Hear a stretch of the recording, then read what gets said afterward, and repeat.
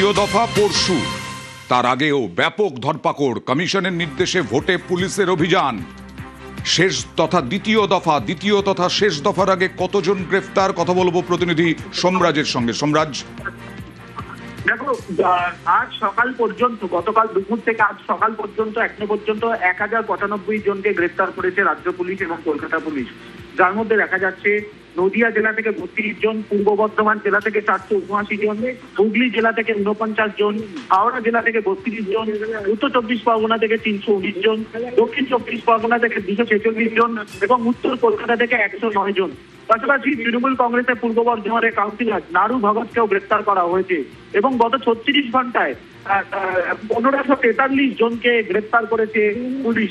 মূলত ভোটারদের মধ্যে কনফিডেন্স বাড়ানোর জন্যই এই অভিযান পুলিশের এবং তাতেই গত 36 ঘন্টায় 1543 জনকে গ্রেফতার করা হয়েছে, তেমনটাই জানিয়েছে নির্বাচন কমিশন। ওকে।